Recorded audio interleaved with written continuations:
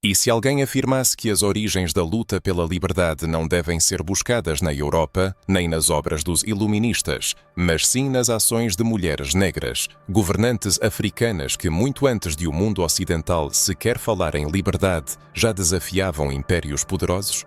Estamos falando de rainhas, mulheres negras que combinavam liderança espiritual, combatividade e gênio estratégico.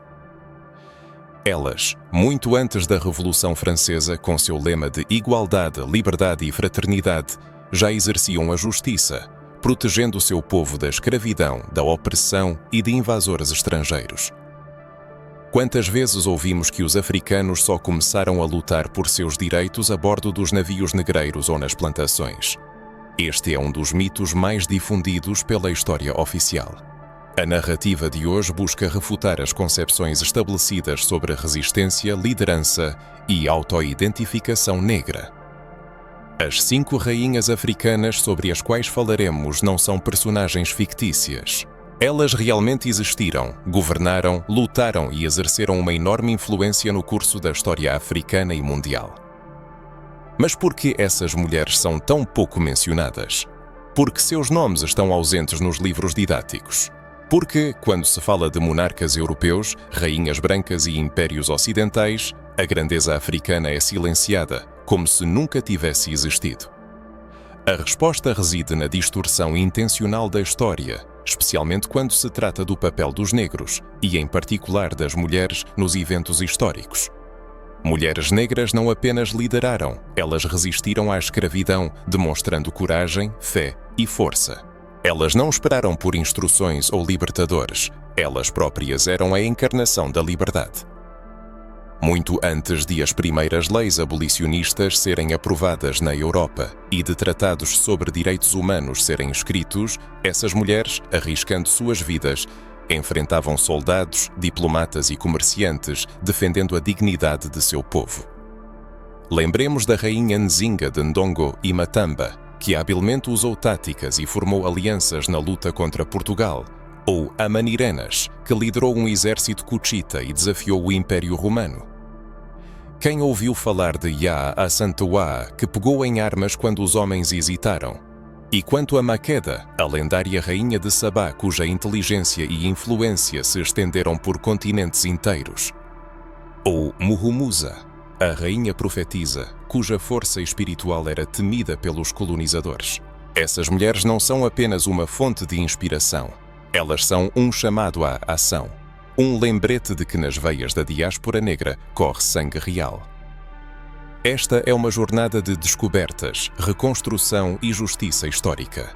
E se você está aqui agora é porque no fundo busca a verdade, suas raízes e o restabelecimento de uma conexão com uma história que foi perdida, mas que pretendemos resgatar. Prepare-se para ouvir nomes que o sistema tentou apagar da memória. Prepare-se para ver rostos que representam a grandeza de um continente inteiro. Prepare-se para aprender o que nunca lhe contaram, sobre as rainhas negras que lideraram a luta contra a escravidão muito antes de a Europa falar em liberdade. Mas não se tratará apenas delas, e sim do que isso significa para nós hoje sobre as páginas ocultas da história e as perspectivas para o futuro. Assim, começa a narrativa sobre as governantes que conseguiram transformar o medo em uma força inabalável e a dependência em soberania absoluta. O leitor verá que a bravura tem nome, cor de pele e, claro, uma coroa. Muito antes de os navios negreiros cruzarem o oceano, muito antes de os Estados europeus serem formados por guerras sangrentas e acordos políticos, o continente africano era o berço de civilizações desenvolvidas, bem organizadas e espiritualmente ricas. Aqui, povos prosperaram, construíram reinos poderosos, praticaram o comércio transcontinental, honraram seus ancestrais e trataram a terra como uma extensão de sua própria alma. A África pré-colonial não era um espaço desértico e inexplorado, esperando ser descoberto. Era um território vivo e dinâmico, onde existiam impérios que não eram inferiores em sua grandeza a Roma, em riqueza a Babilônia e em profundidade espiritual ao antigo Israel. É sobre esta África que preferem silenciar, sobre uma África que muitos buscam relegar ao esquecimento, Mas é nesta terra sagrada que as rainhas negras surgem como guardiãs da liberdade, da identidade e da fé de seu povo. Enquanto em 1215, na Europa, a Magna Carta era assinada, considerada um símbolo de liberdade apenas para um círculo restrito de aristocratas ingleses, os reinos africanos já viviam sob códigos de honra, conselhos de anciãos e princípios de governo feminino, onde as decisões eram tomadas no interesse de toda a sociedade. Para essas rainhas, a liberdade não era um conceito político abstrato, mas uma necessidade vital, a proteção da alma, do legado ancestral e da soberania do povo negro sobre seu próprio destino. Enquanto os europeus travavam guerras civis intermináveis e estavam sob a opressão de uma igreja que suprimia qualquer outra concepção de espiritualidade, nas terras africanas existiam santuários, centros de sabedoria, sacerdotisas, curandeiros, astrônomos e guias espirituais. A espiritualidade não estava separada da vida política, mas era seu fundamento. Essas rainhas lutaram não apenas contra exércitos inimigos, mas também contra a mentalidade colonial que, sorrateiramente, tentava penetrar em seu mundo. Uma mentalidade que buscava transformar pessoas livres em escravos, culturas inteiras em mitos e reis e rainhas negros em lendas esquecidas. Mas elas resistiram demonstrando coragem, astúcia e uma força espiritual que transcendia o mundo material. E o que é importante entender: a liberdade que essas mulheres defendiam não era apenas a liberdade de movimento, era a liberdade de expressão, de preservar a língua materna, de continuar rituais sagrados, de proteger a terra como herança espiritual e de defender as pessoas negras da escravidão e da violência. Elas sabiam que, ao perder a soberania sobre seu povo, perderiam algo mais do que apenas um trono, perderiam a alma de uma civilização inteira. Enquanto a Europa ainda acreditava que o poder emanava do sangue real e da bênção papal, essas rainhas já sabiam que o verdadeiro poder vinha do espírito, dos ancestrais e da sabedoria transmitida de geração em geração. Elas eram, ao mesmo tempo, guerreiras e sacerdotisas, líderes políticas e espirituais. Desde a antiguidade, os povos africanos reverenciavam seus líderes espirituais, vendo neles não apenas chefes, mas também condutores da vontade divina. Quando os invasores cobiçavam suas terras, eles buscavam não apenas ganhos territoriais, mas também a erradicação da própria cosmovisão africana, intimamente ligada aos valores espirituais. Os africanos percebiam isso e não se rendiam, preferindo a luta à escravidão. Essa história tem um enorme significado para os contemporâneos, lembrando a necessidade de se reconectar com as origens, com quem éramos antes da era colonial, que buscou nos privar da autoidentidade. A África pré-colonial é o berço da resistência. Não é por acaso que, ao falar de liberdade, muitas vezes nos lembramos de revoluções recentes, mas a primeira chama da luta contra a escravidão irrompeu não na América ou na Europa, mas nas aldeias, palácios e florestas africanas. Como exemplo, podemos citar um mapa antigo. No norte da África, floresceram as riquíssimas civilizações de Kush e Núbia, que desafiaram as legiões romanas. No oeste, ergueram-se os impérios do Mali e de Gana, que controlavam o comércio de ouro, sal e conhecimento. No sul destacavam-se as fortalezas dos Zulus e no centro do continente localizavam-se os reinos do Congo e de Matamba, que ofereceram uma resistência desesperada aos ocupantes portugueses. Cada ponto neste mapa guarda uma história de glória, sabedoria e resistência, frequentemente liderada por mulheres. Enquanto Colombo descobria a América em 1492, rainhas como Nzinga formavam alianças, reorganizavam exércitos e guiavam espiritualmente seu povo na luta contra a avareza europeia. Quando, em 1517, disputas religiosas eclodiam na Europa, os povos africanos viviam uma fé enraizada na terra, no sangue e nos ciclos da natureza, sob a liderança de mães da nação, guardiãs da espiritualidade e da memória coletiva. A conexão dessas mulheres com o sagrado era tão profunda que suas decisões não eram apenas estratégias políticas, mas revelações baseadas em experiência espiritual. As rainhas consultavam anciãos espirituais, realizavam rituais ancestrais e ouviam oráculos antes de decidir sobre guerra ou paz. É essa dimensão espiritual da liderança feminina africana que mais assusta o sistema, que busca apagar essa memória. Afinal, não se trata apenas de uma mulher no trono, mas de uma mulher conectada à força divina, aos ritmos da natureza e à sabedoria eterna, carregando em si as vozes de gerações. Surge uma pergunta legítima: por que isso não é ensinado nas escolas? A resposta é simples e triste. Aqueles que escrevem os livros de história não querem que saibamos sobre nossa origem real.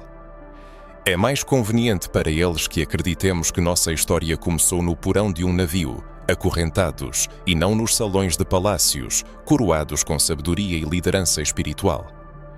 Mas podemos mudar isso, reescrever a história e restaurar a justiça.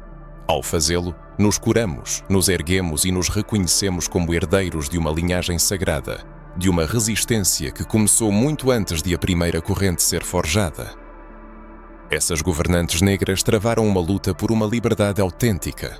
Não se tratava de uma liberdade limitada por decretos e documentos assinados por homens brancos em gabinetes distantes, mas de uma liberdade enraizada no espírito, que protege o corpo, honra a terra e defende a alma do povo. É essa liberdade que ainda ressoa na memória ancestral, chamando, pulsando, exigindo reconhecimento. Você sente esse chamado dentro de si?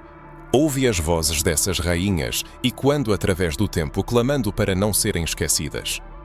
Se o leitor chegou a este ponto, significa que algo dentro dele também anseia por se reconectar com essa verdade. É nesse cenário de resistência ancestral, onde a liberdade não era apenas um direito, mas um chamado espiritual, que surge uma das figuras mais proeminentes da história africana, a poderosa rainha Nzinga de Ndongo e Matamba. Uma mulher cuja vida refuta as concepções estabelecidas sobre liderança feminina, coragem africana e libertação espiritual.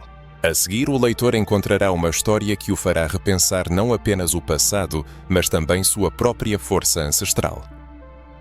Nzinga nasceu por volta de 1583 em um período conturbado, quando o reino de Ndongo, localizado no território da atual Angola, sofria pressão das ambições coloniais de Portugal.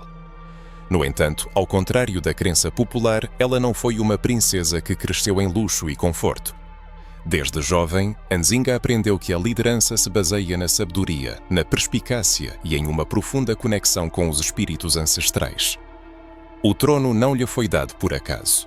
Ela o conquistou graças à sua inteligência, pensamento estratégico e fé inabalável em sua missão: proteger seu povo, sua terra e sua identidade africana da escravidão que se aproximava como uma sombra sinistra. No início de seu reinado, ela enfrentou uma situação que nenhum monarca europeu da época ousaria enfrentar sozinho. Uma aliança colonial entre Portugal e reinos africanos rivais que, por ganância ou medo, buscavam submeter-se ao poder europeu. E o que ela fez? Ela não recuou nem implorou por misericórdia. Ela demonstrou resiliência, apresentando-se como diplomata, ela se encontrou pessoalmente com o governador português. E quando ele, em sinal de desprezo, não lhe ofereceu um assento digno, Nzinga usou seu servo como banquinho. Exatamente. Ela se sentou sobre uma pessoa para demonstrar ao opressor que uma rainha africana não se ajoelha. Nunca! Mas o mais surpreendente era que ela não era apenas uma diplomata hábil. Ela também dominava estratégias militares, superando muitos líderes de sua época. Ela reunia exércitos compostos por homens e mulheres, treinava pessoalmente seus guerreiros e conhecia cada caminho secreto nas florestas, onde suas tropas se escondiam e realizavam ataques surpresa. Nzinga usava a geografia como aliada, a fé como escudo e o amor por seu povo como arma contra o medo. A rainha Nzinga, governante destemida, entrou na trilha da guerra, impulsionada não apenas por ambições políticas, mas por uma profunda determinação espiritual. No entanto, a maioria das crônicas históricas ignora um aspecto crucial de sua luta: sua resistência espiritual. Nzinga não se limitava a empunhar a lança e a desenvolver estratégias militares. Ela travava uma guerra em um fronte espiritual. Antes de cada batalha, ela realizava rituais invocando a proteção dos ancestrais, buscando o conselho dos líderes espirituais de seu povo e oferecendo sacrifícios simbólicos aos deuses da guerra, da sabedoria e da fertilidade. Ela percebia que a luta contra a escravidão não era apenas um confronto físico, era uma batalha pela alma de uma nação inteira. E foi no mundo invisível que as vitórias mais significativas foram forjadas. Nzinga acreditava que cada passo em solo africano era sagrado, que cada árvore, rio e montanha possuíam seu espírito guardião. Para vencer o inimigo que pisoteava a vida, era essencial manter a conexão com aqueles que partiram, mas continuavam a viver na memória e nos corações do povo. Nzinga formava alianças políticas com outros reinos, mas jamais traía a aliança com seus ancestrais. Ela entendia que governar o Estado era, antes de tudo, um ato espiritual. Pode-se imaginar o impacto que isso tinha sobre as pessoas ao seu redor. Uma mulher negra no século XVII, comandando exércitos, negociando com impérios poderosos, tomando decisões estatais com base na sabedoria dos ancestrais e mantendo uma conexão com os espíritos que guiavam sua linhagem. Isso não é apenas um fato histórico, é uma revelação, uma reconexão com a espiritualidade africana que o colonialismo tentou demonizar, mas que sobreviveu em canções, rituais, orações e nas memórias dos descendentes. Enquanto os portugueses buscavam alianças com chefes locais para escravizar mais africanos e expandir sua influência, Nzinga agia exatamente ao contrário. Ela libertava. Todo aquele que escapava da escravidão e alcançava seus domínios recebia refúgio, proteção e abrigo. Para Nzinga, cada corpo salvo tornava-se um símbolo de vitória sobre um sistema de opressão que tentava transformar reis e rainhas em mercadorias sem alma. Quando os ataques inimigos se intensificaram, Nzinga transferiu a capital de seu reino para uma região mais segura e criou uma estrutura política e militar eficaz que resistiu ao teste do tempo. Ela lutou até seu último suspiro, não se rendeu e não foi capturada. Após sua morte, o nome de Nzinga transformou-se em uma lenda, inspirando revoltas, resistência e fé em todo o continente africano e nas Américas. Em uma época em que as mulheres europeias não tinham o direito de herdar propriedades, muito menos de comandar exércitos, uma mulher africana negra travava batalhas, firmava tratados e alianças espirituais com seus ancestrais para garantir a liberdade de seu povo. Isso é grandeza, força e espiritualidade. É por isso que a história de Nzinga deve ser contada, ouvida e lembrada. Ela é a encarnação viva da resistência africana à escravidão, um lembrete de que a força da raça negra sempre existiu e se torna verdadeiramente invencível quando se conecta com o céu e a terra. É impossível permanecer indiferente a esta história, não sentir uma conexão com o passado, não perceber a profundidade de suas raízes. Nzinga lutou não apenas por si mesma, mas também por aqueles que hoje buscam respostas sobre sua identidade, origem e as razões pelas quais o mundo tenta apagar a verdade sobre sua história. Nos anais da história encontramos personalidades cujos feitos parecem quase inacreditáveis, como se tivessem saído das páginas de lendas. E se você acha que desafiar Portugal é o auge do heroísmo, prepare-se para conhecer uma mulher que ousou confrontar o próprio Império Romano, o colosso do mundo antigo. Estamos falando de Amanirenas, a rainha negra de Kush, a Candace Invencível, cujo gênio espiritual e estratégico ofuscava a agudeza de qualquer espada, apesar da perda da visão em um dos olhos. Prepare-se, pois esta história não é apenas uma narrativa do passado. É um chamado à ação, um convite a um mundo onde poder, herança ancestral, resistência e profecia se entrelaçam. Amanirenas não é um mito, ela é uma figura histórica real, e seu legado vive em cada fragmento da história africana que os colonizadores tentaram relegar ao esquecimento. Falaremos sobre o reino de Kush, também conhecido como Núbia, uma das civilizações mais antigas da África, localizada ao sul do Egito, no território do atual Sudão. Esta terra fértil, rica em ouro, cultura e espiritualidade, tem raízes que remontam aos tempos bíblicos.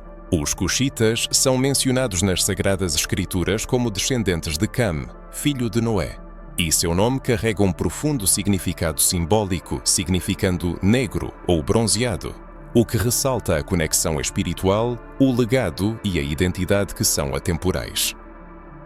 Em uma época em que o Império Romano dominava o mundo conhecido, construindo estradas, conquistando territórios e aniquilando povos que ousavam resistir, ninguém poderia prever que um reino africano, liderado por uma mulher, se recusaria a curvar-se diante da águia imperial. Roma, com seu poderio militar, legiões de soldados treinados e estratégias invencíveis, mostrou-se impotente diante da coragem e sabedoria de Amanirenas. Ela governava como Candace, um título destinado às mulheres líderes de Cush, que não eram apenas esposas de reis, mas governantes soberanas, detentoras de toda a plenitude do poder político, militar e espiritual. Quando os romanos tentaram estender seu domínio para o sul, no Egito, invadindo as terras cutitas, Amanirenas, sem hesitação, organizou um exército, elaborou uma estratégia e entrou em guerra. Mas é importante notar que ela liderou seu povo com uma profunda consciência espiritual, acreditando que a luta não era apenas por território, mas pela preservação da alma do povo, da integridade da cultura e da honra dos ancestrais. Mesmo tendo perdido um olho em batalha, ela continuou a liderar com uma fúria que aterrorizou os generais romanos. Quando os guerreiros de Amanirenas invadiram a fortaleza romana de Assuã, no sul do Egito, eles não apenas capturaram a cidade, mas também levaram a cabeça de uma estátua do imperador Augusto como troféu, enterrando-a sob os degraus de um templo cuxita. Dessa forma, cada pessoa que entrava no templo literalmente pisava na imagem do opressor. Esse ato não foi apenas um gesto político, foi um ato espiritual, um símbolo de libertação e uma mensagem de insubordinação. Amanirenas não apenas obteve a vitória sobre os romanos, mas também os forçou a firmar um acordo de paz, o que era raro naqueles tempos. Roma não conseguiu subjugar Cush, escravizar seu povo ou destruir sua cultura. E tudo isso graças à força, fé e resiliência de uma rainha negra que se recusou a ser conquistada. Pense no seguinte: com que frequência você se deparou com um filme histórico onde uma rainha negra lidera um exército em confronto com Roma? Com que frequência nas salas de aula lhe contaram que os africanos não apenas resistiram, mas também obtiveram vitórias sobre os impérios mais poderosos da antiguidade? Isso não é apenas uma falha do sistema educacional, é uma estratégia deliberada de apagamento da memória. Um projeto que busca nos convencer de que só alcançamos a liberdade com a chegada da colonização, que só aprendemos a arte da luta quando fomos acorrentados à escravidão. Mas isso é uma mentira flagrante. A verdade é que lutamos muito antes disso, celebramos vitórias, pertencemos a linhagens nobres. E, novamente, a conexão espiritual é a pedra angular de tudo isso. Amanirenas, assim como outras Candaques, oferecia dádivas aos deuses, honrava os ancestrais e os guardiões da terra.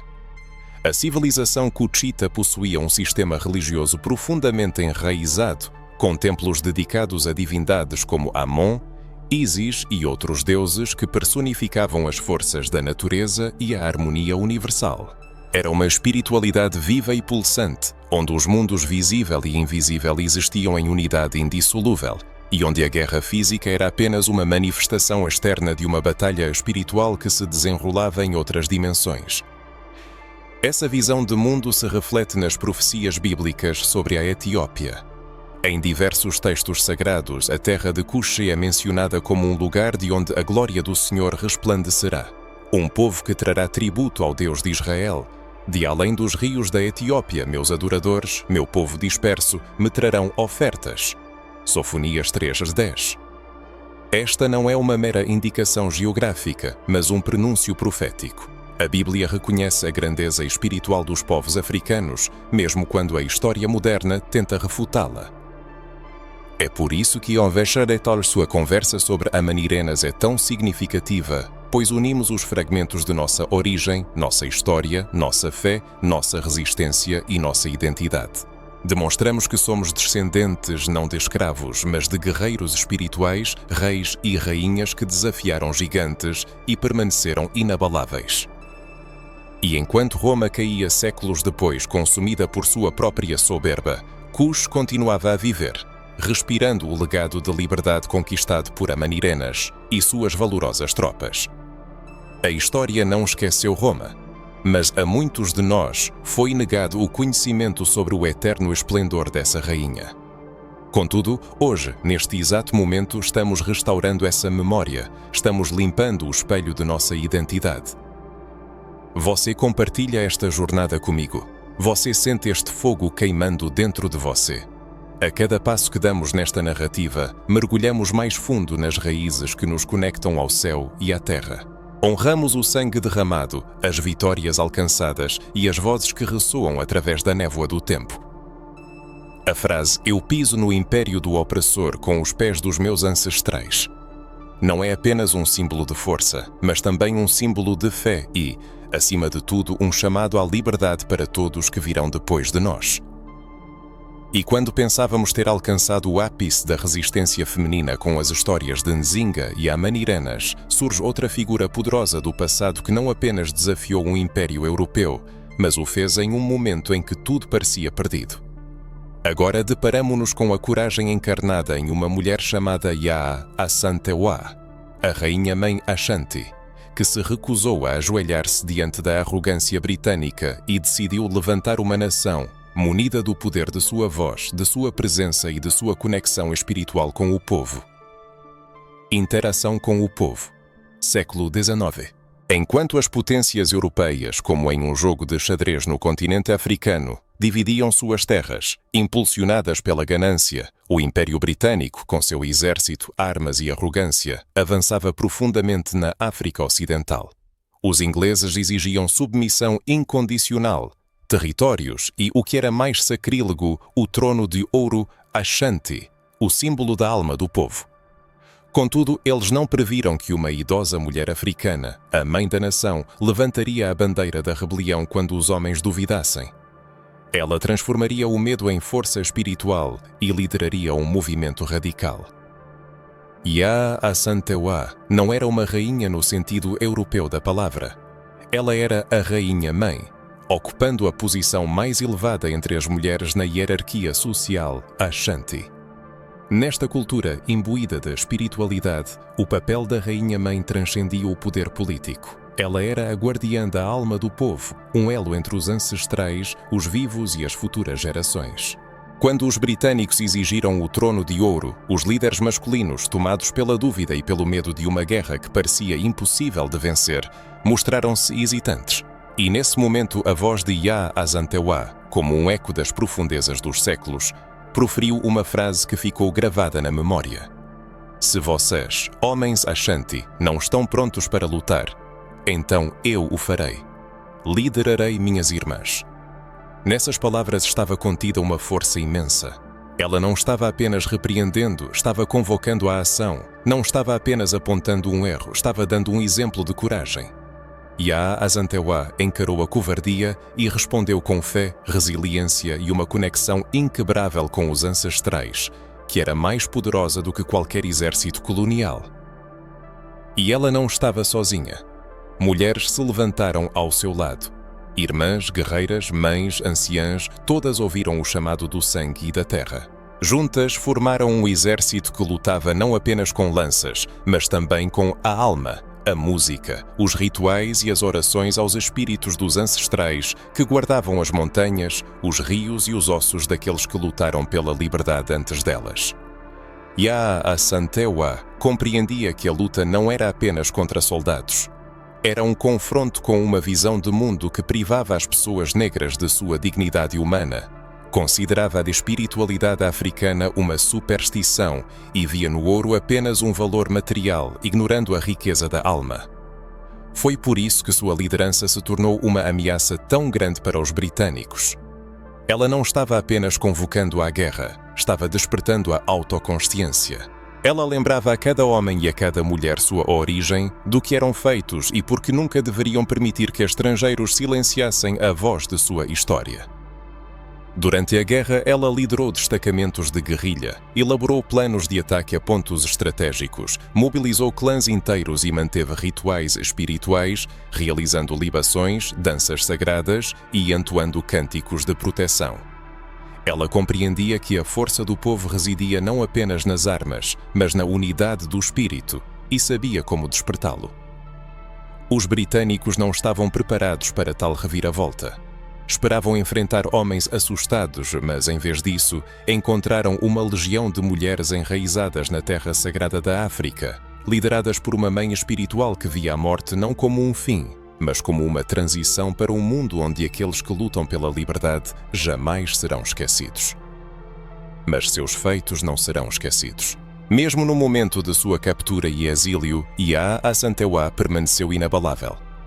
Pois o corpo pode ser limitado, mas o espírito de uma mulher, enraizado na conexão com seus ancestrais, não está sujeito a grilhões. Vale a pena parar e refletir sobre este legado. Esta história, que sobreviveu por um século, continua a viver não apenas nas páginas dos livros, mas na própria essência de Ghana. Nos nomes de instituições de ensino, em majestosos monumentos, nos ritmos das danças e nas melodias da música, bem como nas tradições orais que preservam aquilo que a era colonial buscou destruir. Mas o mais importante, ela pulsa nos corações de cada mulher negra que ergue a cabeça com orgulho diante da opressão, em cada um que se lembra de sua origem daqueles que ousaram desafiar impérios. Yaa Asantewaa não é apenas uma figura histórica. É um reflexo, um chamado, uma resposta aos medos que surgem diante de um sistema que busca erradicar nossas raízes. Ela nos ensina que há momentos em que não podemos depender de heróis. Nós mesmos devemos nos tornar a resposta, voltar-nos para a voz interior, ouvir a sabedoria dos ancestrais e declarar: se os homens estão tomados pelo medo, eu e minhas irmãs avançaremos. É fundamental sentir toda a profundidade dessas palavras em seu coração. Como, conhecendo esta história, é possível continuar a se considerar apenas uma vítima do processo histórico? Como se pode ouvir o nome de Yaa Asantewaa e não sentir um impulso interior para o despertar para a reunificação com o legado dos ancestrais? Seu lema, "Eu avançarei com minhas irmãs", é um símbolo de fé, verdade e coragem. Um ato de honra a uma rainha que se recusou a silenciar.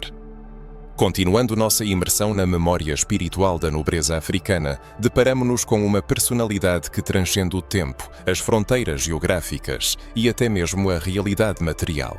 Uma mulher envolta em mistérios, mencionada tanto em textos bíblicos quanto nas tradições orais etíopes. Ela é reverenciada como um símbolo de sabedoria, força e a origem de uma linhagem sagrada. Seu nome, Makeda, a Rainha de Sabá, ecoa pelos séculos, possuindo uma força magnética cercada por profecias, lendas e revelações. Talvez seu nome seja familiar da Bíblia, mas talvez não se conheça toda a profundidade e a riqueza espiritual dessa história. O encontro de Makeda e do rei Salomão não é apenas um episódio histórico, é um símbolo vivo da conexão entre a África e Israel, entre a realeza e a profecia, entre o poder político e a sabedoria espiritual. Segundo as fontes bíblicas, ela veio de uma terra distante, impulsionada pelo desejo de conhecer a sabedoria de Salomão, o mais sábio dos homens. Mas muitas vezes se ignora que ela não era apenas uma viajante curiosa, mas uma rainha de um estado poderoso, bem organizado e espiritualmente desenvolvido. A Etiópia, ou a antiga Sabá, era famosa por suas riquezas, templos e profunda conexão com o mundo espiritual. Makeda empreendeu sua jornada não por vaidade, mas por reconhecimento da importância do intercâmbio espiritual, da troca de sabedoria e da reunificação de povos com raízes comuns. Essa jornada foi não apenas um passo estratégico, mas também uma experiência profundamente mística. Nas profundezas das tradições etíopes, a rainha Makeda surge não apenas como uma convidada do rei Salomão, mas como uma emissária do destino, cujo encontro com o mais sábio dos mortais foi predeterminado por forças superiores. A união deles não é apenas um intercâmbio diplomático, mas uma fusão mística de duas correntes espirituais. A lenda narra que dessa união nasceu Menelik Menmnero, o fundador da dinastia real etíope, dotado de status messiânico, um descendente direto de Salomão, ligado por laços indissolúveis à promessa divina feita a Davi. Ao refletir sobre isso, percebe-se todo o poder da linhagem messiânica espiritual que emana do sangue africano e se conecta à profecia bíblica. Esse conhecimento desafia noções estabelecidas, propagadas por séculos por estruturas de poder que buscavam manter o conhecimento sagrado dentro de um paradigma eurocêntrico. Makeda torna-se um símbolo de mudança, personificando não apenas uma mulher negra que se apresentou com dignidade diante do rei, mas também a ancestral espiritual de um legado que continua vivo até hoje. A monarquia etíope, que existiu até o século XX e culminou com o reinado de Haile Selassie, afirmava sua descendência de Makeda. Isso significa que, por séculos, o trono africano se baseou não apenas no poder político, mas também na autoridade espiritual, fundamentada em uma conexão com a Bíblia e com o próprio Deus. As tradições narram que o verdadeiro propósito da visita de Makeda não era apenas buscar a sabedoria de Salomão, mas também transmitir revelações que vieram do continente africano. Ao contrário do que se pensa, o conhecimento espiritual e filosófico não foi trazido para a África de fora. A África é o berço, a fonte, o útero da sabedoria. Makeda, ao se encontrar com Salomão, cumpriu a missão de seus ancestrais de reunir o povo da promessa com o povo da terra. O poder dessa mulher era tão grande que ainda hoje seu nome é honrado na Etiópia. Ela é percebida não como uma personagem mítica, mas como uma parte real e viva da história espiritual do povo. Seu nome ressoa nos cânticos das igrejas ortodoxas, nas genealogias reais. Makeda é a rainha que faz perguntas e retorna com respostas eternas. Ela deixa sua terra não para ser conquistada, mas para ensinar, trocar conhecimentos e expandir horizontes. Uma mulher negra com coroa e véu, atravessando desertos não em busca de ouro, mas em busca de sabedoria, retorna não como aluna, mas como mãe de uma nação. Pensemos, por que essa história foi reduzida a poucas linhas nos livros didáticos? Por que é omitida a linhagem espiritual que conecta a África ao trono de Davi? Porque Makeda é retratada como uma figura exótica, quase decorativa, enquanto ela era a guardiã de uma missão divina, escolhida para semear uma semente que brotaria através dos milénios. O silêncio em torno de Makeda não é acidental.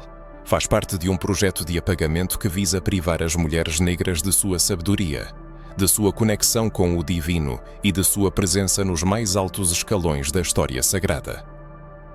Hoje, o que foi perdido está sendo restaurado. A alma desperta, o espírito reconhece a verdade. Makeda ensina que ser mulher, ser negra e ser uma pessoa espiritual não são aspectos separados, mas partes de uma única identidade sagrada. Ela nos lembra que dentro de cada pessoa existe um trono e que a sabedoria não depende do poder terreno, mas da conexão com a origem. A verdadeira compreensão da história se revela quando se percebe a conexão com sua fonte primordial. Se uma voz interior o chama a olhar além do habitual, a afastar os preconceitos e a ver que a Bíblia não é um livro europeu, mas uma obra enraizada em solo africano, então surge um sentimento de profunda pertencimento. É como se a voz dos ancestrais sussurrasse: Makeda é sua origem espiritual, despertando a consciência adormecida e restaurando o que tentaram relegar ao esquecimento. Ao mergulhar nesta história, descobre-se novas facetas, místicas e até proféticas.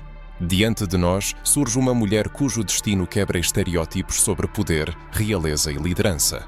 Ela não era apenas uma governante no sentido político, mas também uma profetisa, uma encarnação divina, cuja presença inspirava reverência, cuja voz carregava o poder do invisível e cujos passos eram guiados por uma vontade superior. Estamos falando de Muhumuza, um espírito guerreiro que acendeu a chama da resistência espiritual e física ao colonialismo europeu no coração da África. Imaginemos uma era em que os colonizadores alemães invadiam as terras de Ruanda, trazendo consigo não apenas armas e leis, mas também um desejo de dominação cultural, religiosa e espiritual. Eles buscavam não apenas o controle territorial, mas a destruição da cultura autóctone, a supressão das tradições, a erradicação das crenças populares e a imposição de uma religião alheia a um povo intimamente conectado aos seus ancestrais e às forças da natureza. Contudo, eles não previram que, nessa hora, surgiria uma mulher que se tornaria um símbolo de resistência sagrada. Uma mulher que não pediu permissão, não recuou e não conheceu o medo.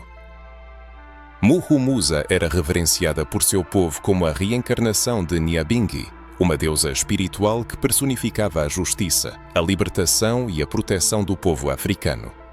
Sua voz não era apenas um chamado político, mas uma revelação. Suas palavras inspiravam as massas, uniam clãs inteiros e levantavam homens e mulheres para lutar não apenas contra os invasores estrangeiros, mas também contra a tentativa de destruir uma identidade milenar. Sua presença era tão poderosa que muitos testemunhavam entrar em transe ao se aproximarem dela. Dizia-se que seus olhos penetravam a alma quando falava, não por ameaça, mas pela energia ancestral que emanava dela. Ela não precisava levantar a voz ou desembainhar a espada. Sua arma era a autoridade espiritual, seu exército era a fé e sua proteção eram os espíritos de seus ancestrais. Enquanto os alemães impunham estruturas políticas violentas e nomeavam funcionários locais submissos ao novo regime, Muhumuza desafiava esse sistema. Ela ia de aldeia em aldeia, de colina em colina, reunindo apoiadores, despertando a consciência e o espírito de um povo que começava a acreditar na possibilidade de resistência. E eles resistiram. Sua voz se tornou um tambor de chamada, seu corpo um altar e sua causa um movimento. O mais surpreendente é que ela não separava o mundo espiritual do material, compreendendo que não havia ruptura entre corpo, terra, sangue e espírito. Quando ela convocou o povo à revolta, não o fez em nome de um trono, de ambições pessoais ou de poder político, mas em nome da Mãe Terra, dos deuses ancestrais e do direito sagrado de existir como um povo livre, mantendo uma conexão com aquilo que era invisível aos olhos coloniais. O olhar impregnado pelo pensamento colonial muitas vezes ignora os verdadeiros heróis e inspiradores. Muhumuza se apresenta como um exemplo excepcional de como mulheres negras, movidas por ideais espirituais, são capazes de se tornar o epicentro de mudanças que abalam estruturas de poder estabelecidas por séculos. Ela desafiou impérios poderosos não com armas, mas com a força de sua fé. Ao transformar as crenças africanas tradicionais em uma ferramenta de libertação, ela ressignificou o papel da mulher na sociedade, reacendendo a chama da resistência nos corações daqueles que já começavam a perder a esperança. Mas a grandeza de Muhumuza não se limita às fronteiras de Ruanda. Sua influência foi sentida em Uganda e Burundi. Seu nome tornou-se um símbolo e sua missão transformou-se em um verdadeiro culto. Mesmo após a captura e o exílio, seu espírito continuou a viver, reverenciado, lembrado e cantado em lendas. Ela se tornou a personificação da essência, um arquétipo da mulher negra cuja espiritualidade foi forjada no crisol do sofrimento de seu povo e transformada em uma chama inextinguível de liberdade. Um olhar sobre esta história inevitavelmente nos faz refletir sobre o quanto nos foi tirado, já que fomos ensinados desde a infância a associar a espiritualidade africana à ignorância, à superstição e à demonização. Contudo, a história de Muhumuza nos abre os olhos para o fato de que, por séculos, a espiritualidade africana foi quase a única forma de resistência à opressão colonial. Em tempos em que parecia que qualquer luta estava fadada ao fracasso, foi a fé nos ancestrais que deu ao povo a força para não desanimar. Foi a força invisível que deu a coragem para confrontar o inimigo visível. E estes não são apenas ecos do passado. A energia de Muhumuza continua a pulsar hoje. Ela vive em cada terreiro de candomblé que honra a memória dos ancestrais, em cada mulher negra que atua como mentora espiritual, curadora, conselheira e profetiza, em cada líder comunitário que fala a verdade, ouve os sinais da natureza e está pronto para agir, obedecendo ao ditame do coração. A mulher negra espiritual sempre foi e será o maior temor do sistema, pois ela não pode ser quebrada ou comprada. Ela serve a ideais mais elevados. Muhumuza nos lembra que a fé negra não é uma submissão passiva, mas uma força poderosa que grita, cura, inspira e perturba o opressor. É por isso que seu nome é tão raramente encontrado nos livros de história, pois o conhecimento da existência de uma mulher assim, uma rainha, uma profetisa e uma reencarnação divina, nos abre os olhos para um tipo de liderança completamente diferente. Uma liderança que nasce não de cima, mas de dentro, que não é imposta, mas revelada no coração de cada um. E agora surge a pergunta: você sente essa energia dentro de si? Essa força inexplicável que o move? Você já sentiu o chamado dos ancestrais, impulsionando-o a se levantar, a não se calar e a se tornar um condutor de grandes mudanças? Agora que conhecemos 5 mulheres negras notáveis, líderes, guerreiras, profetisas e rainhas que desafiaram impérios e extraíram força de sua conexão espiritual com os ancestrais, é hora de ponderar uma questão que não pode ser ignorada. Por que essas histórias foram tão cuidadosamente apagadas da memória? Porque os nomes de Nzinga, Amaniranas, Yaa Asantewaa, Makeda e Muhumuza, mulheres que lideraram exércitos, governaram nações inteiras e firmaram alianças sagradas, estão ausentes dos livros de história que estudamos na escola. Essa pergunta diz respeito não apenas ao passado, mas também ao presente, pois compreender as razões pelas quais essas histórias foram esquecidas é crucial para restaurarmos nossa identidade, nossa linhagem e nossa compreensão do poder das mulheres negras. A negligência da atuação de mulheres negras no processo histórico não é um lapso acidental, mas parte de um projeto abrangente de colonialismo cultural, espiritual e intelectual que visa distorcer e reescrever a história da África e de sua diáspora. Ao longo dos séculos, as potências coloniais moldaram deliberadamente uma narrativa que apresentava a África como um continente habitado por povos primitivos, submissos e despersonalizados. Essa abordagem desumanizadora serviu para justificar o tráfico de escravos, a escravidão e a exploração de recursos naturais, mas também contribuiu para a exclusão intencional da memória histórica de figuras femininas que encarnavam poder, sabedoria e resistência. Mulheres como Nzinga e Yaa Asantewaa, que lideraram exércitos e desenvolveram estratégias militares, representavam uma ameaça direta à afirmação colonial de que pessoas negras seriam incapazes de governar, organizar e resistir eficazmente. O aspecto mais sutil e insidioso desse processo é como o apagamento da memória da liderança feminina africana foi reforçado em textos religiosos e bíblicos. A Bíblia, que serve como guia moral e histórico em muitas sociedades, frequentemente subestima o papel das mulheres. Apesar de exemplos de mulheres poderosas, sábias e proféticas como Débora, Esther e Abigail, suas ações são muitas vezes apresentadas como exceções, marginalizando assim a relevância das figuras femininas. O mesmo destino atingiu as rainhas africanas. Sua espiritualidade, qualidades de liderança e pensamento estratégico foram distorcidos ou ignorados, cedendo lugar a interpretações eurocêntricas que desconsideram a profundidade do contexto africano. Cria-se a impressão de que a narrativa oficial declara: houve resistência, claro, mas ela não merece ser registrada na história. Contudo, a verdade é evidente. Académicos africanos e historiadores alternativos têm alertado sobre esse apagamento há décadas. Figuras como Cheikh Anta Diop, Assata Shakur, Mima Anani e Molefikete Asante lembram que a história da África e das pessoas negras foi moldada sob a influência de opressores. Para a compreensão da identidade autêntica, é necessário resgatar não apenas os nomes de homens, mas também reconhecer o papel fundamental das mulheres, que foi essencial para a sobrevivência cultural, espiritual e política dos povos africanos. Eles enfatizam que as mulheres negras sempre foram guardiãs da sabedoria, da terra, da espiritualidade e da liberdade, e qualquer tentativa de silenciá-las é uma tentativa de romper a conexão entre os vivos e seus ancestrais. O processo de apagamento se manifesta de várias formas.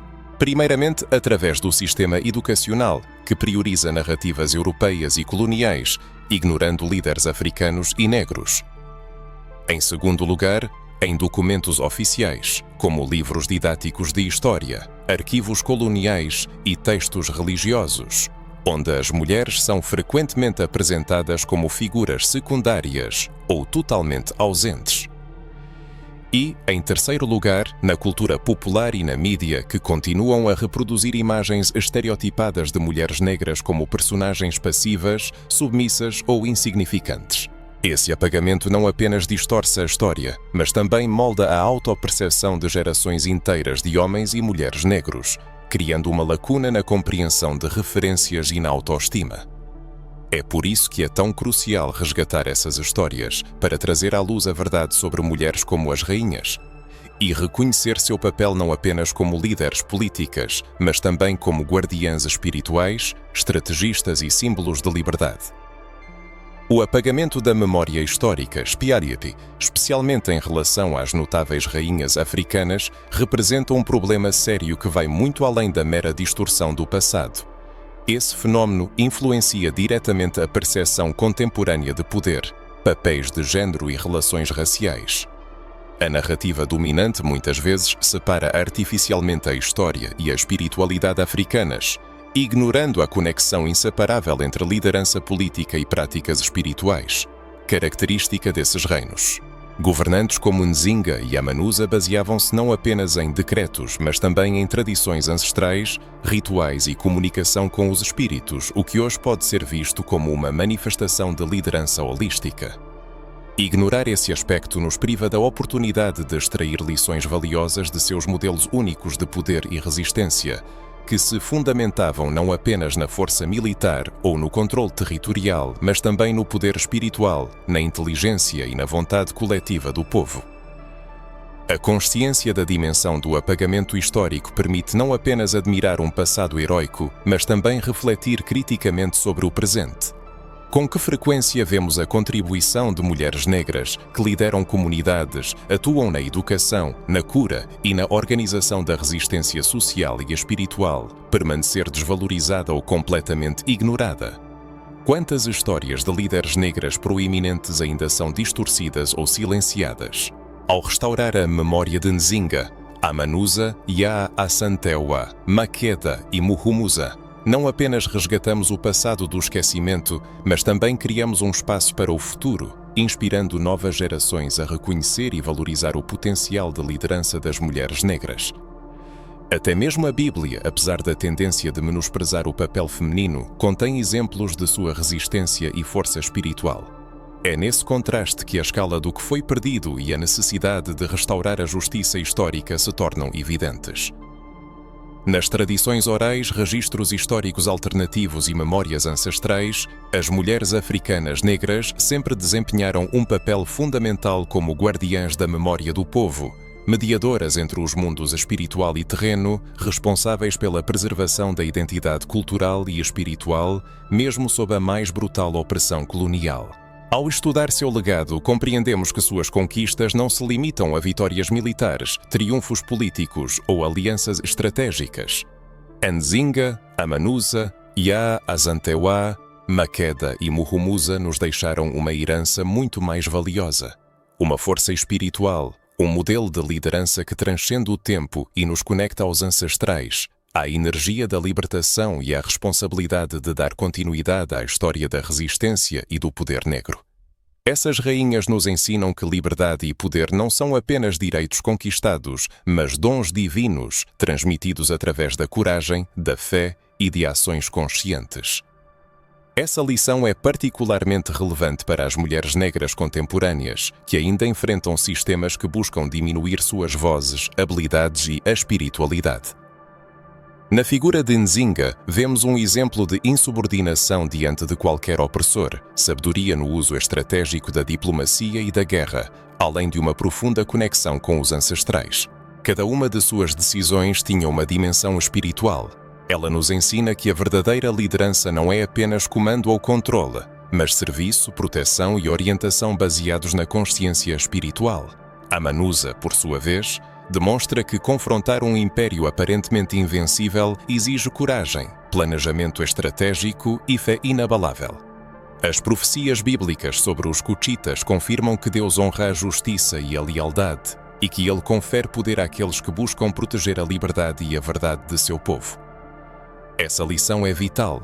Espiritualidade e ações ativas, quando combinadas, produzem resultados impossíveis de serem apagados da memória das gerações. Yaa Asantewaa nos oferece uma lição importante. Quando os homens falham ou demonstram indecisão, chega o momento para as mulheres assumirem o fardo da liderança e demonstrarem que a bravura não tem género. Sua famosa declaração: "Se os homens têm medo, eu irei adiante com minhas irmãs", não é apenas uma citação histórica, mas um enérgico chamado à ação para as mulheres africanas contemporâneas, para que reconheçam sua força interior, a importância de sua voz e a capacidade de liderar profundas transformações em suas famílias, comunidades e em si mesmas. Esta é uma lição que fala sobre empoderamento e espiritualidade, pois demonstra claramente que a liderança está intrinsecamente ligada à responsabilidade moral e à responsabilidade perante os ancestrais. Makeda, a lendária rainha de Sabá, estabelece uma conexão com o domínio da sabedoria e da profecia.